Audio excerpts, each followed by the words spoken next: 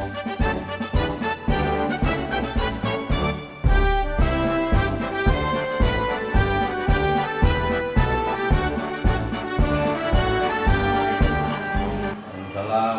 wabarakatuh. Bapak, mohon maaf kami mengganggu waktunya. Izin bertanya sedikit Pak tentang terutama tentang dilema etika. Pak Adin sebagai pimpinan SMK Negeri 1 Sambeng tentunya seringkali mengalami sebuah dilema etika. Ada beberapa pertanyaan yang ingin kami lontarkan Pak. Yang pertama, selama ini bagaimana Pak Adin itu mengidentifikasi kasus ini itu tergolong dilema etika atau rujukan moral?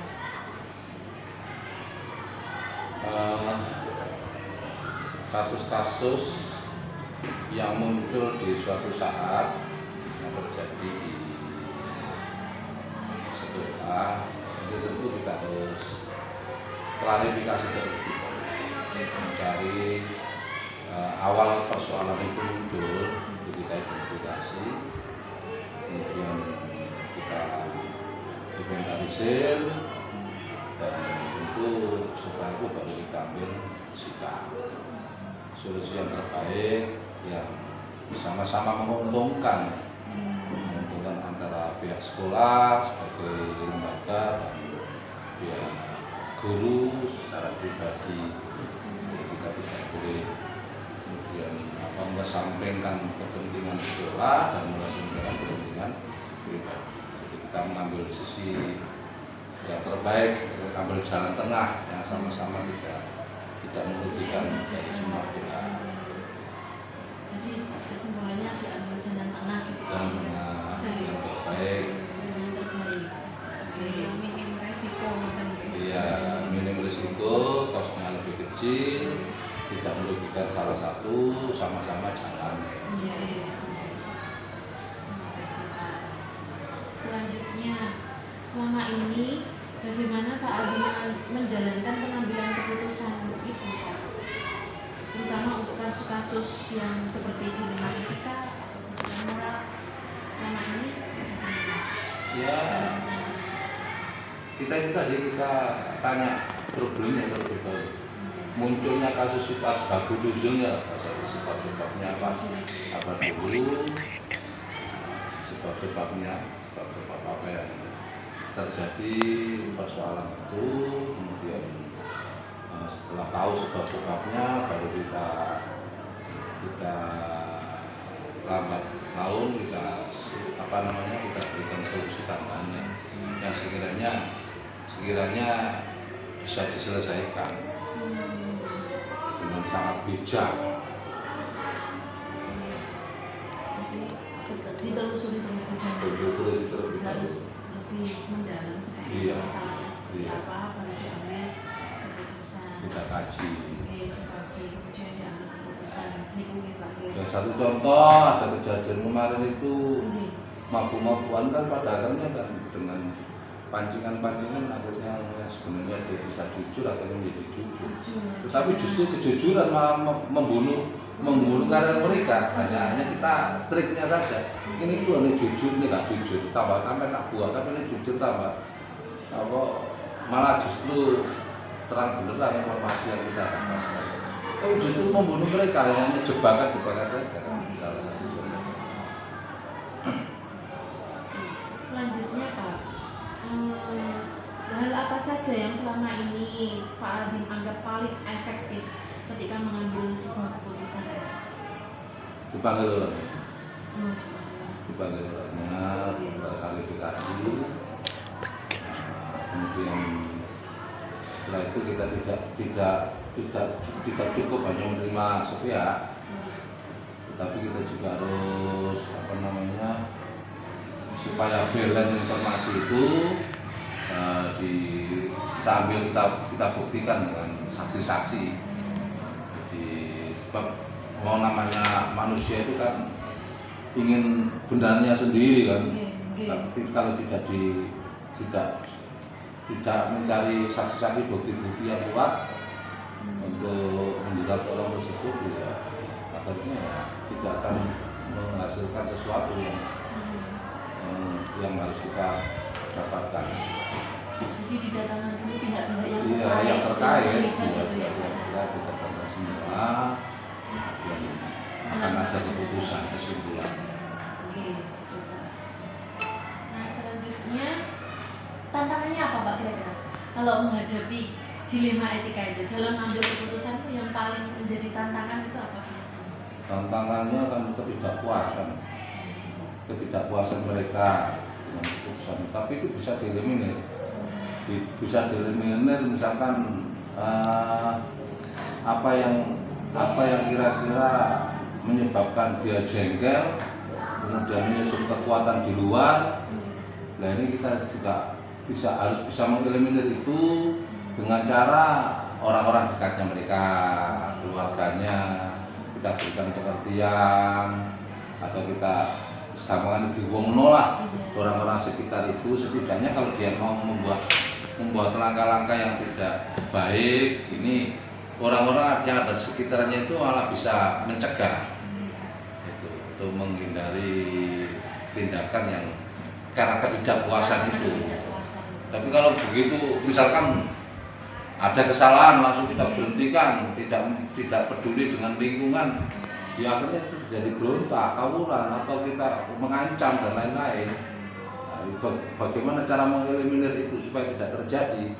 Ya orang-orang yang merasa dekat dengan dia kita panggil atau kita dekati untuk memberikan nasihat kepada dia, karena memang dia berbuat sesuatu yang tidak benar. Mas, harusnya keputusan bersama itu ya harus diterima karena sudah melalui Iya, musyawarah gitu ya, Pak. iya. Jadi kita juga memberikan keputusan tidak sepihak. Jadi berangkat dari keputusan syukur yang harus bisa kita lakukan ketika kita memanggil orang yang melakukan kesalahan itu bersama-sama, kolektif pemimpin yang mengambil kebijakan, sehingga dia ngerti bahwa itu tidak hanya kepala sekolah yang melakukan, sehingga akan muncul prasangka like and dislike. Tapi kalau sudah kita dasari ini keputusan bersama, kira-kira itu bisa mengeliminir persoalan itu, akan menimbulkan kekerasan, menimbulkan ancaman dan sebagainya. Itu yang biasanya terjadi ya, Pak. Nah, selanjutnya kalau tadi itu ada tantangan, kira-kira faktor apa yang sekarang menjadi istilahnya apa ya, pendukung atau mempermudah jenengan ketika mengambil keputusan? Adakah bantuan dari pihak lain atau bagaimana? Ya itu dengan musyawarah para pimpinan, katakan itu kan berarti kan setidaknya kan bisa membantu pemikiran untuk kita mengambil sikap. Jadi kita tidak hanya main tangannya kuasa, hanya personel. Jadi kita mereka iya ada kolaborasi, mereka kita kumpulkan, kita ajak untuk memecahkan persoalan ini, sehingga benar-benar keputusan itu menjadi keputusan yang kolektif, kalau kemarinnya gitu. Jadi tidak kemudian serta-merta kepala sekolah masih kuasa tanda tangan dan stempel mengabaikan semua itu. Kalau nanti itu kita lakukan juga akan memicu orang-orang dekat kita, katakan pimpinan misalnya kita tidak beritahu, ini akan memicu juga. Aku gak tahu jawaban kok. Itu kan akan memicu persoalan baru. Makanya yang kita lahirkan keputusan itu ya keputusan bersama dengan mendekati orang-orang di dekat kita. Nah, ini yang terakhir kan sekarang. Kira-kira Pak Adin punya pesan atau mungkin pesan kepada pimpinan-pimpinan yang lain terkait pengambilan keputusan ketika menghadapi dilema etika itu seperti apa? Mungkin punya pesan sepatah atau dua patah kata yang ingin disampaikan. Iya, jadi begini yang selama ini saya lakukan, sesuatu kalau sudah menjadi keputusan bersama yang diberikan kepada program itu sudah kita putuskan bersama-sama. Kan wajar kan manusia kalau puas dan tidak kan ya. Manusia ya gelap luput itu tidak bisa terhindar. Jadi andaikan itu terjadi ya kita harus mengeliminir urusan itu sehingga kalau sudah diputuskan bersama ya mencabutnya itu pun juga kita tidak juga main tangan lagi. Memasukkan dalam satu karena ini keputusannya kolektif ya, misalkan keputusannya ini dianggap bersalah, diduga salah misalkan, kemudian ternyata di lapangan ini ono masukan maneh, oh gak ngoten Pak. Itu kan di luar rapat. Jadi kalau memang ada di perjalanan itu kemudian ada masukannya di luar rapat itu tadi ya kita kumpulkan lagi. Kalau kita cabut ya kita cabut bersama. Jadi tidak serta merta karena ada masukan seseorang lalu kita ambil keputusan, ambil sikap tidak. Jadi sesuatu yang kalau diputuskan bersama, jika tidak bisa dijalankan atau tidak cocok dicabut bersama-sama, tidak boleh. Kemudian kita berkuasa sendiri. Iya, tidak bisa diambil sendiri ya. Jadi keputusan bersama muncul, kalau memang dicabut ya dicabut bersama-sama. Ada dasar berita acara untuk pencabutan itu. Sudah Pak, itu saja. Terima kasih atas sukses ya. Luar biasa yang sambil itu loh. Ya, berapa orang yang ikut sini? Gelombang 5 ini 3 Mbah. Untuk gelombang 7 ada 4. Jadi total semuanya 7. Luar biasa. Kalah SMK 1 Lamongan. Pada SMK 1 ini. SMK 1 cuma baru berapa? 4 kan? Belajar bergerak berbagi untuk kita menjalin kolaborasi. Belajar bergerak berbagi untuk negeri demi bakti pada Ibu Pertiwi. Belajar bergerak berbagi untuk negeri kita menjalin kolaborasi. Belajar bergerak berbagi untuk negeri demi bakti pada Ibu Pertiwi.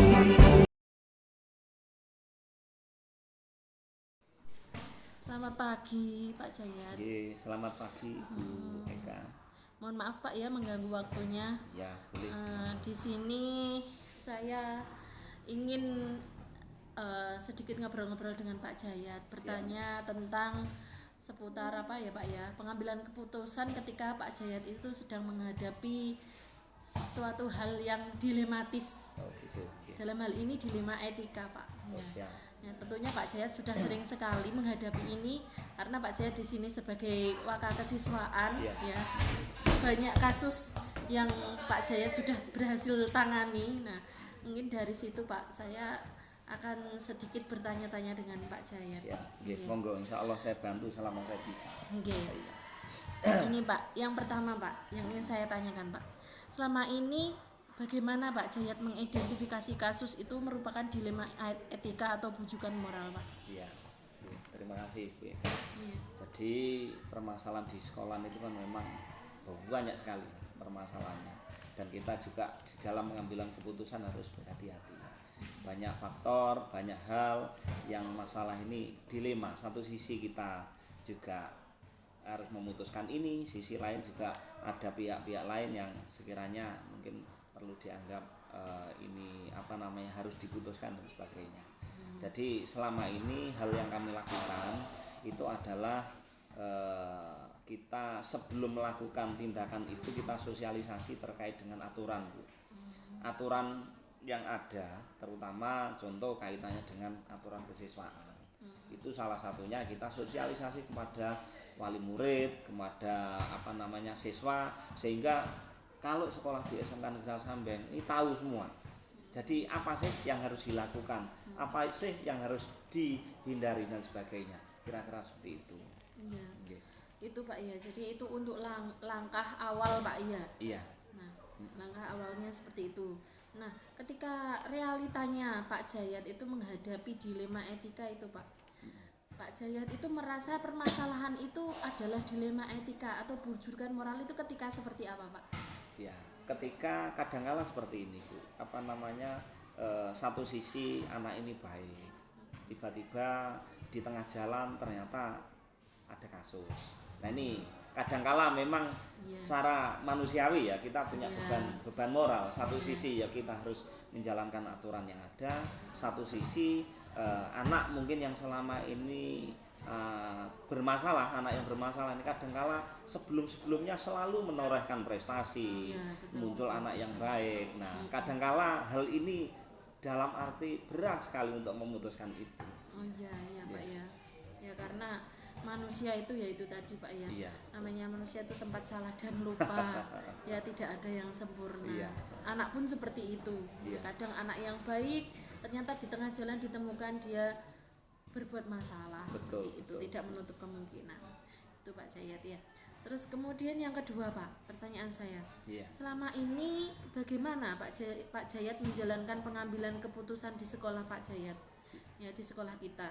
Terutama kasus-kasus di mana ada dua kepentingan yang sama-sama benar atau sama-sama mengandung nilai kebajikan. Iya. Itu seperti apa Pak?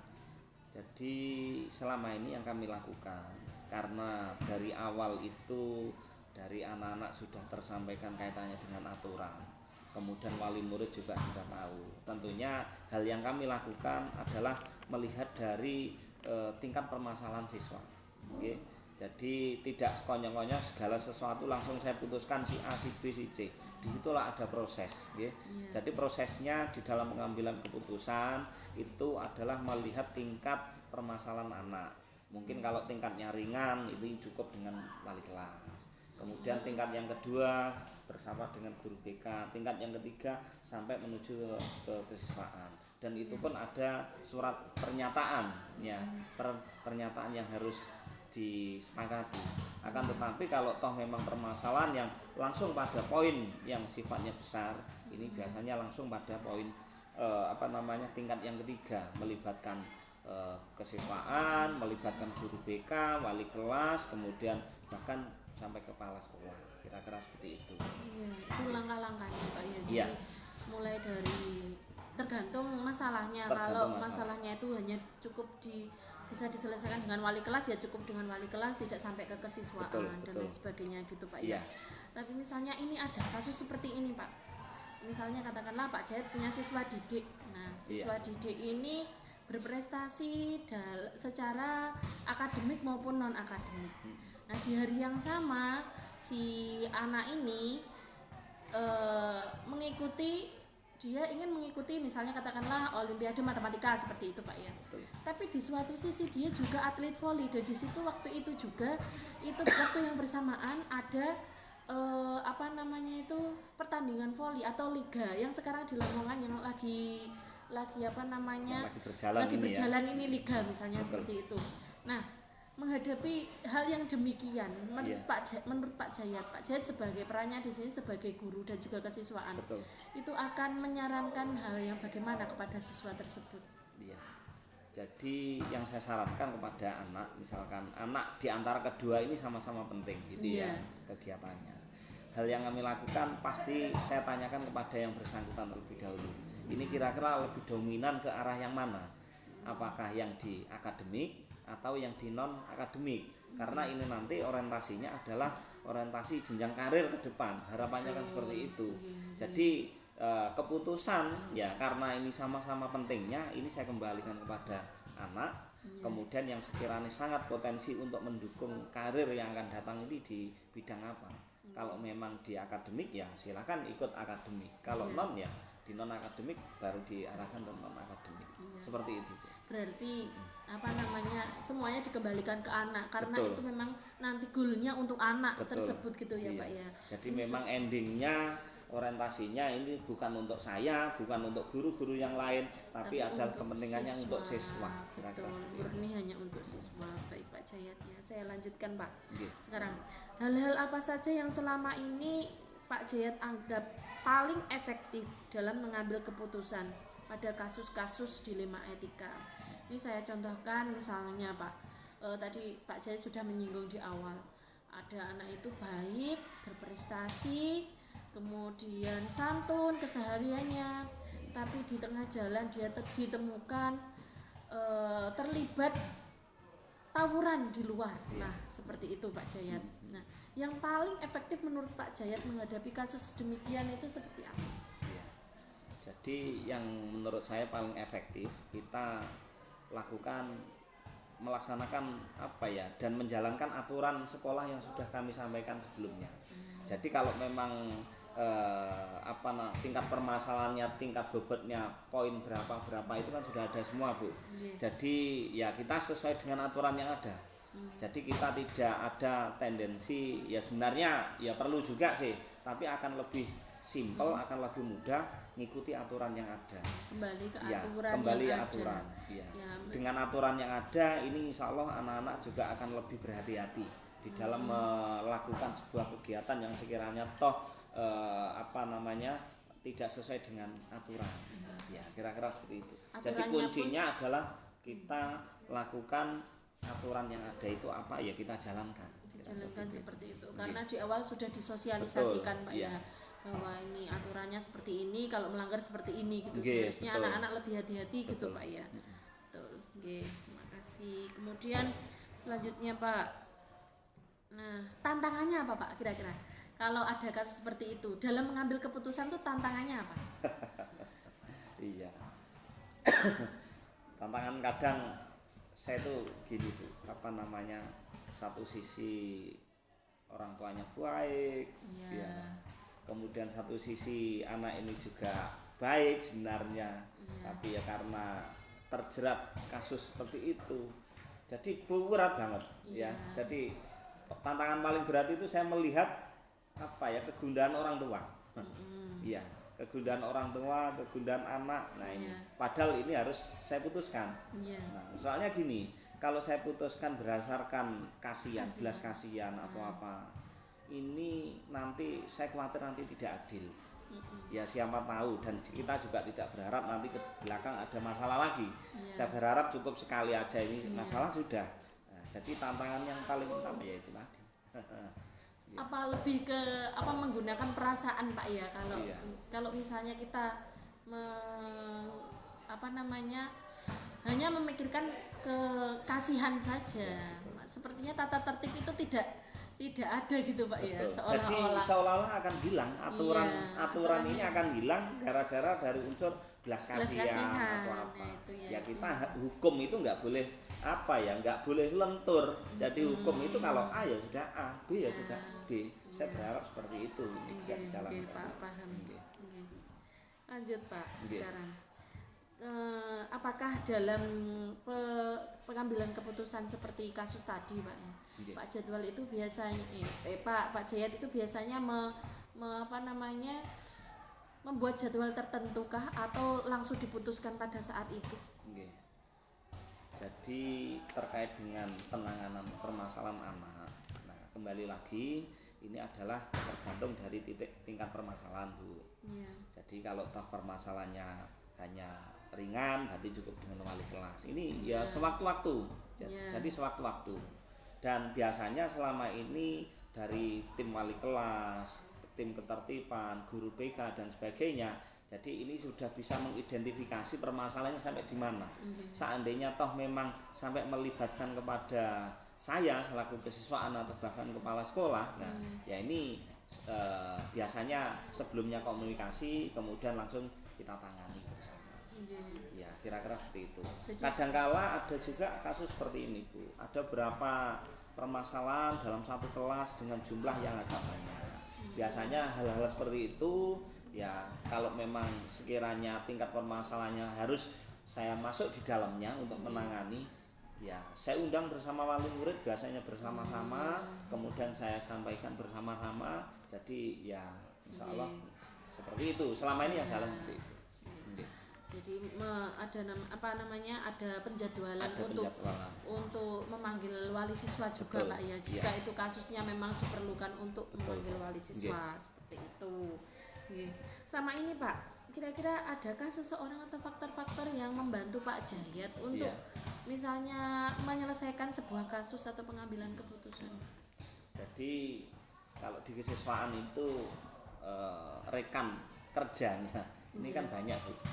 Ya di dalam menangani permasalahan kasus dan sebagainya. Jadi mulai dari wali kelas ini juga membantu. guru BK juga sama membantu. Kemudian dari pimpinan juga membantu. Kemudian dari kepala sekolah bahkan ini yang menentukan kebijakan pun juga berperan aktif di dalamnya. Kalau toh memang ada permasalahan yang kaitannya dengan urusan pihak hukum lah katakanlah, ya dari pihak kepolisian sekitar juga siap untuk membantu SMK Negeri Samben. Kira-kira seperti itu. Tapi insya Allah semoga tidak ada yang sampai. Dan alhamdulillah itu, Pak, ya. sampai saat ini tidak sampai ke ranah hukum. Ya mudah-mudahan terus aman terus. Aman, Iya. aman. Ya, amin. Ya, seperti itu Pak Jayat ya. Nah Pak, dari bincangan kita hari ini, pembicaraan kita hari ini, kira-kira menurut Pak Jayat itu hal penting apakah yang Pak Jayat peroleh? Gitu. Jadi pembelajaran apa yang Pak Jayat dapatkan? Iya. Jadi kesimpulan dari apa yang saya sampaikan tadi Bu, kuncinya kalau kita melakukan tindakan berdasarkan aturan yang sudah jelas, yang sudah disampaikan sebelumnya, ini insya Allah akan terasa lebih ringan dan akan lebih adil terhadap semuanya. Jadi ini pengalaman yang paling berharga bagi saya untuk menjalankan pekerjaan yang selama ini saya lakukan. Jadi kalau kembali lagi kalau dengan tendensi belas kasihan, nah ini susah, tingkat ukurannya susah. Makanya aturan ini jelas, kemudian kita lakukan, kita jalankan bareng-bareng. Anak-anak sudah tahu semua, orang tua sudah tahu semua, insya Allah semua gak ada masalah. Ya. Karena sudah disosialisasikan dari awal, semua pihak sudah tahu. Jika pun terjadi sesuatu hal yang tidak diinginkan, ya semuanya sudah. Ya bagian dari resiko dari pelanggaran kira-kira seperti itu. Itu saja Pak Jayat. Oh gitu. Perbincangan hari ini. Terima kasih atas waktunya. Semoga bermanfaat Pak Jayat. Terima kasih sama-sama. Belajar bergerak berbagi untuk negeri, kita menjalin kolaborasi. Belajar bergerak berbagi untuk negeri, demi bakti pada Ibu Pertiwi, demi bakti pada Ibu Pertiwi.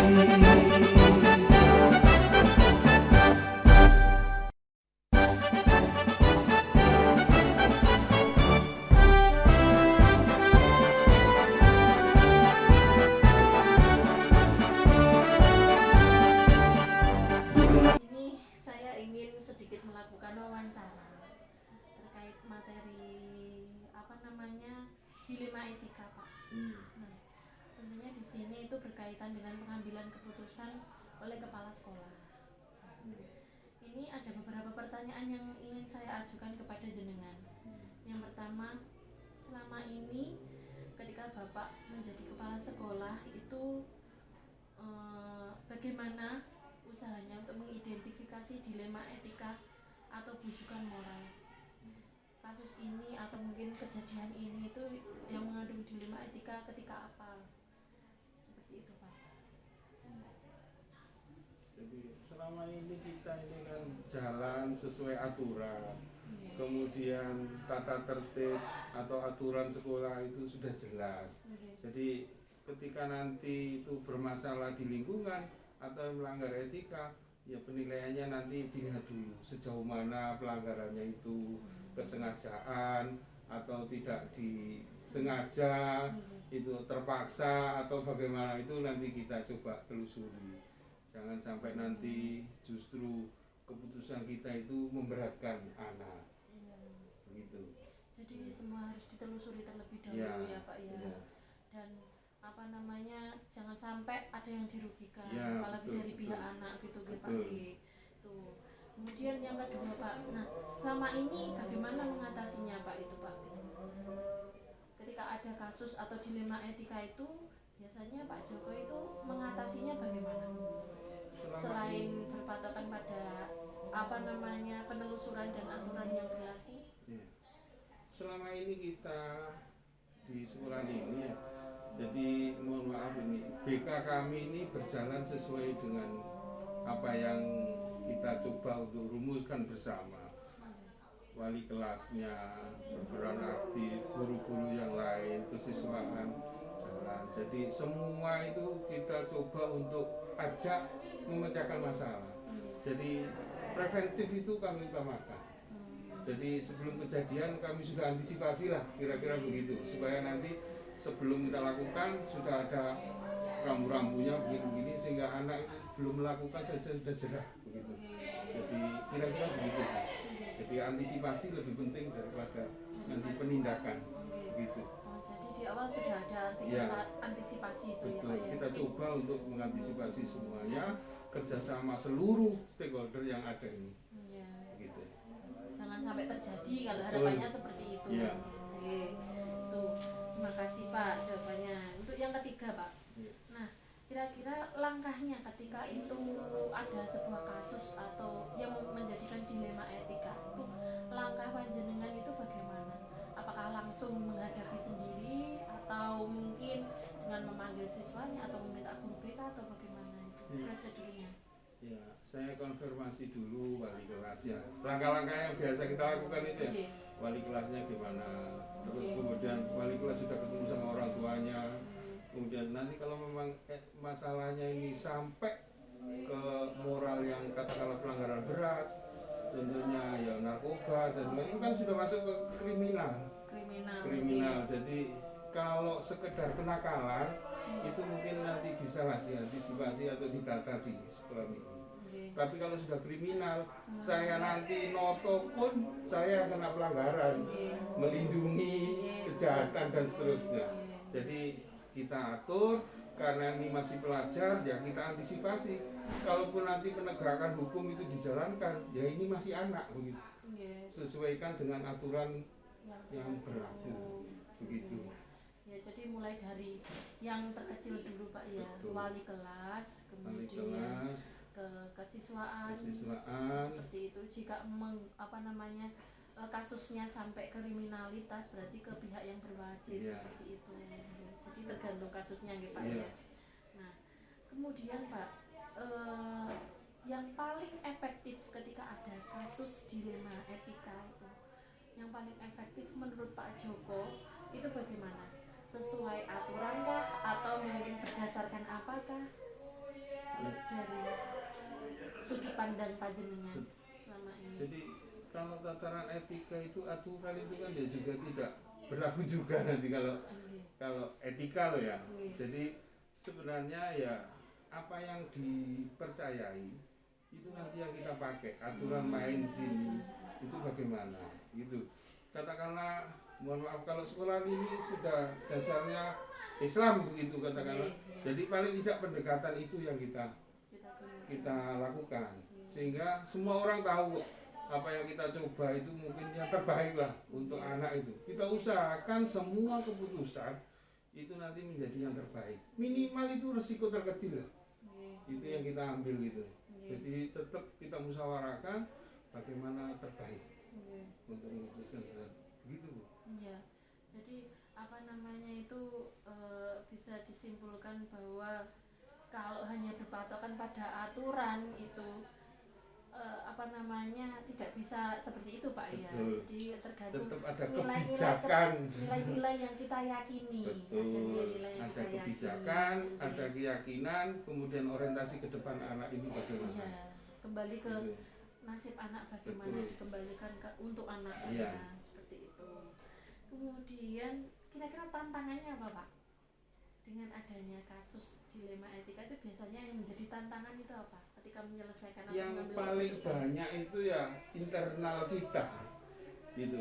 Kadang-kadang cara memandang sesuatu itu guru A dengan guru B itu kan beda gitu, sehingga kita memutuskan itu walaupun ini suara terbanyak dan sebagainya atau dalam musyawarah tetap itu nanti ada yang nggak enak. Nah saya itu coba untuk menghendaki ya semua unsur ini kita libatkan semua dalam mengambil keputusan, sehingga sekecil apapun itu diupayakan tidak ada resiko gitu loh di antara teman ini. Jadi bahasanya itu satu suara, satu bahasa untuk memutuskan sesuatu. Jadi kendalanya lebih ke intern kita. Iya, intern. Iya, sesama hubungan yang terkait. Betul. Jadi hanya cara memandang saja. Karena sudut pandangnya. Betul. Paham Pak. Terus Kemudian itu tadi tantangannya Pak nggih. Nggih. Nah sekarang ketika ada kasus-kasus dilema etika itu biasanya Pak Joko sebagai pimpinan itu langsung menindak atau bagaimana Pak? Atau menjadwalkan atau bagaimana? Kira-kira. Jadi ini ya tergantung nanti kasusnya. Tapi untuk biasanya kami ya saya tetap melibatkan semua yang ada di sini. Kira-kira dari mana saya harus mengambil keputusan ini? Apakah BK-nya dulu atau wali kelasnya dulu atau anaknya dulu? Itu nanti tetap kita cari pertimbangan mana yang sekiranya efektif. Kadang anak A sama anak B kasusnya sama, pendekatannya bisa jadi beda begitu.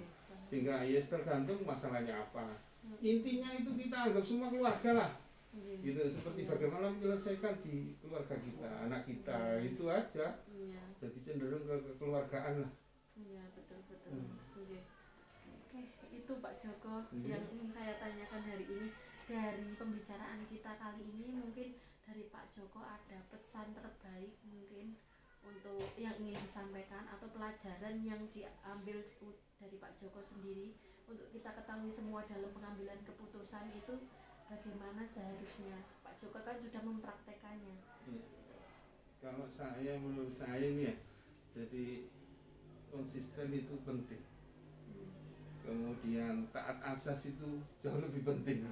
Gitu. Jadi mari kita coba untuk bicara itu tidak sekedar aturan, tapi juga dari sudut etika, dari sudut masa depan kita coba untuk ya telusuri lah sehingga nanti keputusan itu kalaupun nggak tepat itu resikonya paling kecil, yang terbaik untuk anak.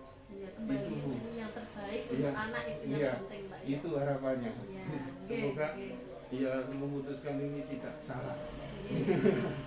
Itu Bu. Pak. Karena kepentingan orang banyak Pak ya, apalagi Betul. kepentingan siswa berarti harus diutamakan siswa itu. Insyaallah. Itu Pak, terima kasih waktunya hari Sama-sama. ini. Semoga ada manfaat dari pembicaraan hari ini, bermanfaat untuk saya juga. Mohon maaf barangkali kurang berkenan. Enggak atau Pak, terima kasih sudah dibantu. Yes, monggo sama-sama. Semoga sukses. Amin.